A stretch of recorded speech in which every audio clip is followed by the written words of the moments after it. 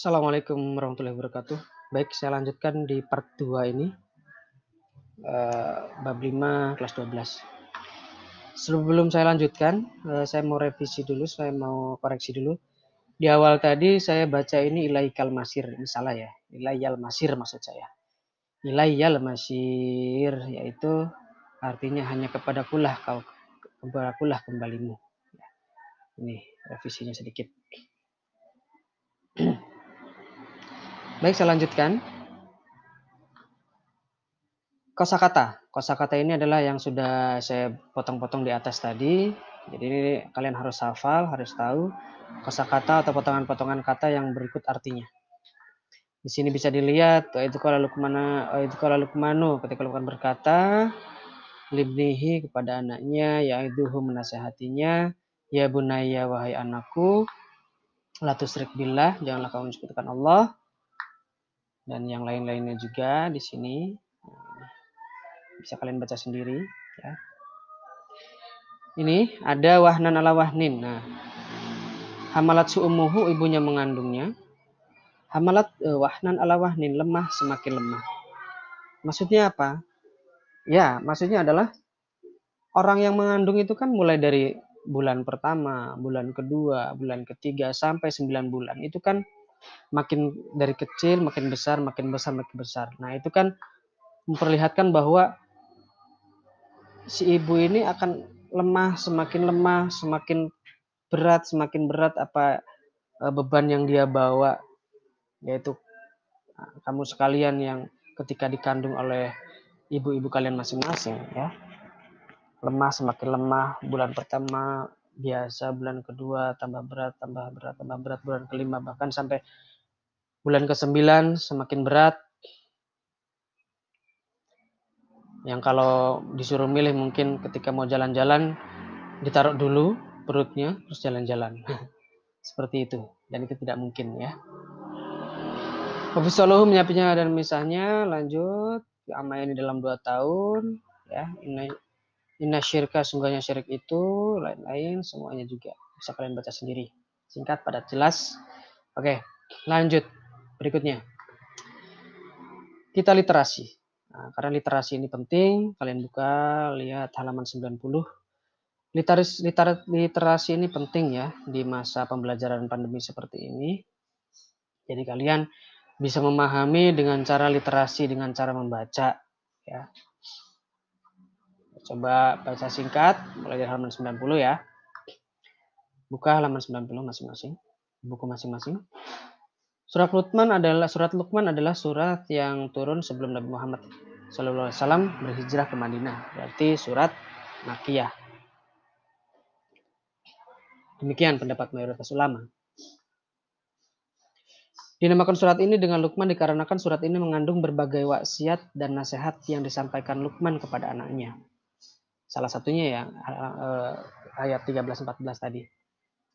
Luqman yang disebut oleh surat ini adalah seorang tokoh yang diperselisihkan pendapatnya, diperselisihkan identitasnya. Orang Arab mengenal 2 tokoh yang bernama Luqman. Pertama Luqman bin Ad. Tokoh ini mereka agungkan karena wibawa, kepemimpinan, ilmu, kefasihan, dan kepandaiannya. Ya. Ia kerap kali dijadikan sebagai pemisalan dan perumpamaan orang yang bijak, ya, seperti itu. Ini ada gambar tentang kemusyrikan. Karena di ayat 13-14 tadi, inna syirka la dzulmun. La tusyrik billah, janganlah kamu menyekutukan Allah. Inna syirka la dzulmun adzim. Sungguhnya syirik itu adalah kezaliman yang teramat sangat besar. Ini contohnya ya. Ini menyembah sapi. Selain tokoh ini tadi, Luqman bin Ad, tokoh kedua adalah Luqmanul Hakim yang terkenal dengan kata-kata bijak dan perumpamaan-perumpamaannya. Sepertinya dialah yang dimaksud oleh surat ini. Tuh. Ada 2 Luqman berarti. Kemudian diriwayatkan bahwa Suaid bin As-Samit suatu ketika datang ke Mekah. Ia adalah seorang yang cukup terhormat di kalangan masyarakatnya. Lalu Rasulullah SAW mengajaknya untuk memeluk agama Islam. Suaid berkata kepada Rasulullah SAW, Mungkin apa yang ada padamu itu sama dengan apa yang ada padaku. Rasulullah SAW bersabda,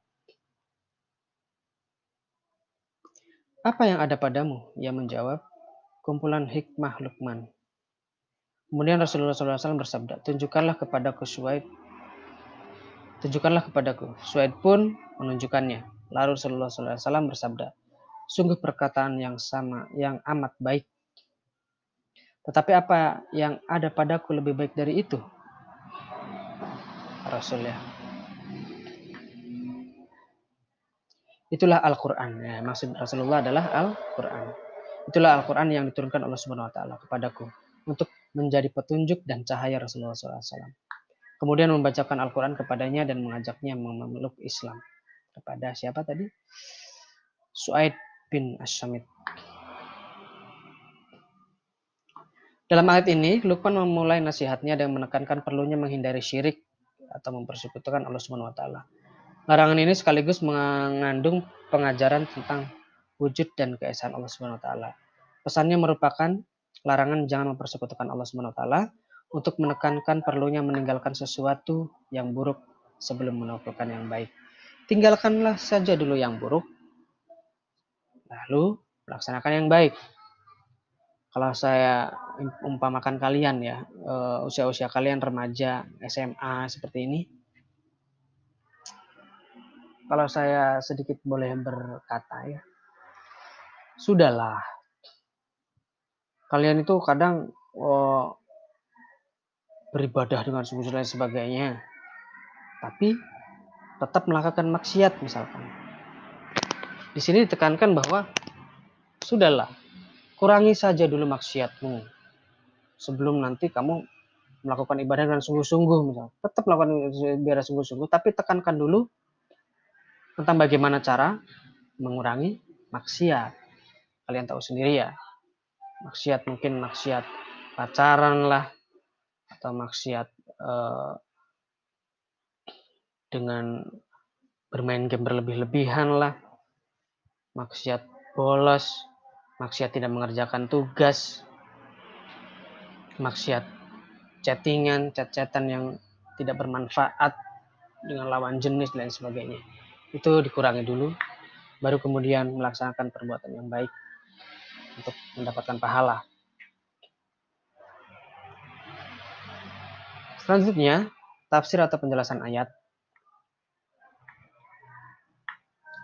Dalam ayat di atas, Allah Subhanahu wa taala menginformasikan tentang wasiat Luqman kepada anaknya. Wasiat pertama adalah menyembah Allah tanpa menyekutukannya. Luqman memperingatkan bahwa tindakan syirik adalah bentuk kezaliman yang besar. Itu pesan pertama. Di sini ditekankan lagi, Al-Bukhari meriwayatkan dari Abdullah, dia berkata ketika turun ayat, orang-orang yang beriman dan tidak mencampurkan keimanan mereka dengan kezaliman, hal itu terasa amat berat bagi para sahabat Rasulullah SAW. Dan bertanya, siapakah di antara kami yang tidak mencampur keimanannya dengan kezaliman? Rasulullah SAW menjawab, maksudnya bukan begitu. Apakah kalian tidak mendengar perkataan Luqman? Nah ini ya, hai anakku, janganlah kamu menyekutukan Allah Subhanahu Wa Taala. Sungguh yang syirik itu merupakan kezaliman yang besar. Ini Allah kutip dari Quran surat Luqman, hadis riwayat Muslim. Kemudian nasihat untuk menyembah Allah Subhanahu Wa Taala dibarengkan dengan perintah untuk berbuat baik kepada orang tua. Kenapa? Karena ridha Allah ada pada ridha orang tua. Jadi kita harus berbuat baik kepada kedua orang tua. Dan kami wasiatkan kepada manusia supaya mereka berbuat baik kepada kedua orang tua. Ibunya telah mengandungnya dalam keadaan lemah yang bertambah lemah. Dan menyapihnya selama 2 tahun. Ini ya. Yang di dalamnya intinya adalah mendidik dan menyusuinya. Seorang ibu adalah madrasah pertama atau sekolah pertama bagi anak-anaknya. Situ juga diterangkan tafsirnya itu, ibunya itu penderitaan, kepayahan, kerepotan dalam mendidik anak siang dan malam. Mengingatkan kepada anaknya untuk berbuat ihsan, kebaikan dan ketulusan. Terutama ihsan ini telah dilakukan oleh seorang ibu kepada anaknya yang tidak minta balasan apapun ketika melakukan kebaikan dan ketulusan kepada anaknya itu. Dalam hal ini juga ditegaskan dalam hal berbakti kepada kedua orang tua ada hadis. Bismillahirrahmanirrahim.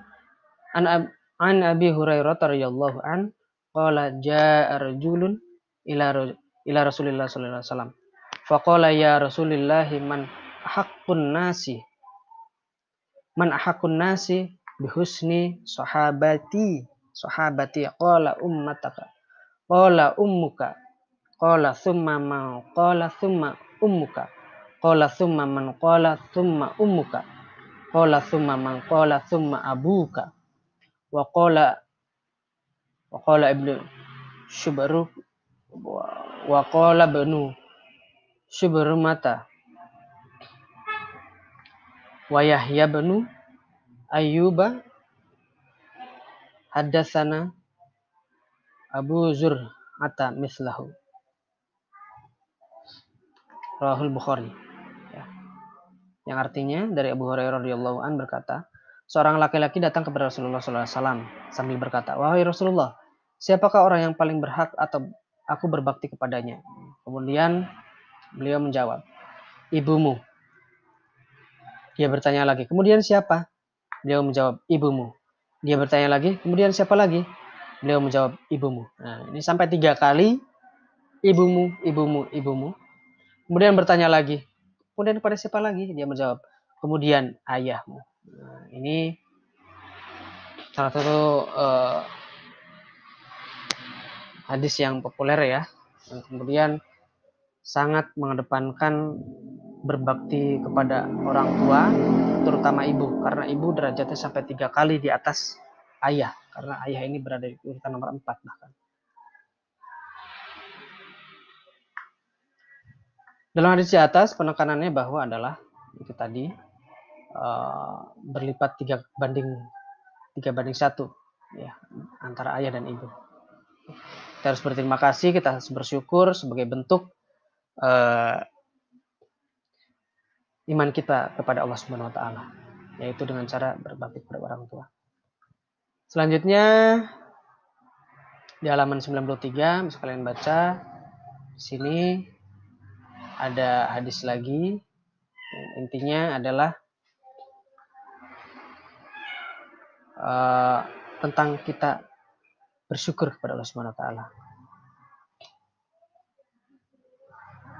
Di sini ya. Langsung artinya dari Aisyah radhiyallahu an bahwa Nabi Muhammad SAW melaksanakan sholat malam hingga kaki beliau bengkak-bengkak. Kemudian Aisyah berkata, wahai Rasulullah SAW, kenapa Anda melakukan ini kepada Allah Subhanahu wa taala? Melakukan ini padahal Allah Subhanahu wa taala telah mengampuni dosa Anda yang telah berlalu dan yang akan datang.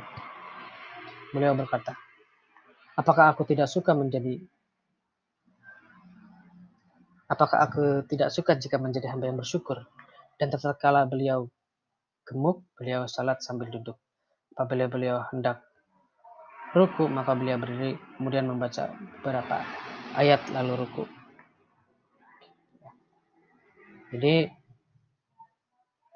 rasa syukur itu selalu dilakukan dengan sungguh-sungguh. Karena Nabi pun yang dijamin dosa awal dan yang lalu dan yang akan datang sudah dijamin, diampuni, tetap beliau bersyukur dengan cara beribadah. Itu pun harus ditiru oleh kalian untuk kemudian mempraktekkan, mengamalkan apa yang telah dilakukan yang telah dilakukan oleh Nabi Muhammad SAW. Selanjutnya, kaitan antara beribadah dan bersyukur kepada Allah Subhanahu wa taala dalam Quran Surat Luqman ayat 13-14. Kaitannya sebenarnya sudah jelas ya. Beribadah adalah salah satu bentuk di mana kita bersyukur kepada Allah. Beribadah itu harus lillahi ta'ala. Karena dengan beribadah kita itu istilahnya membayar tentang apa yang telah kita dapatkan dari Allah, kita bayar dengan cara beribadah. Dan ibadah ini harus tetap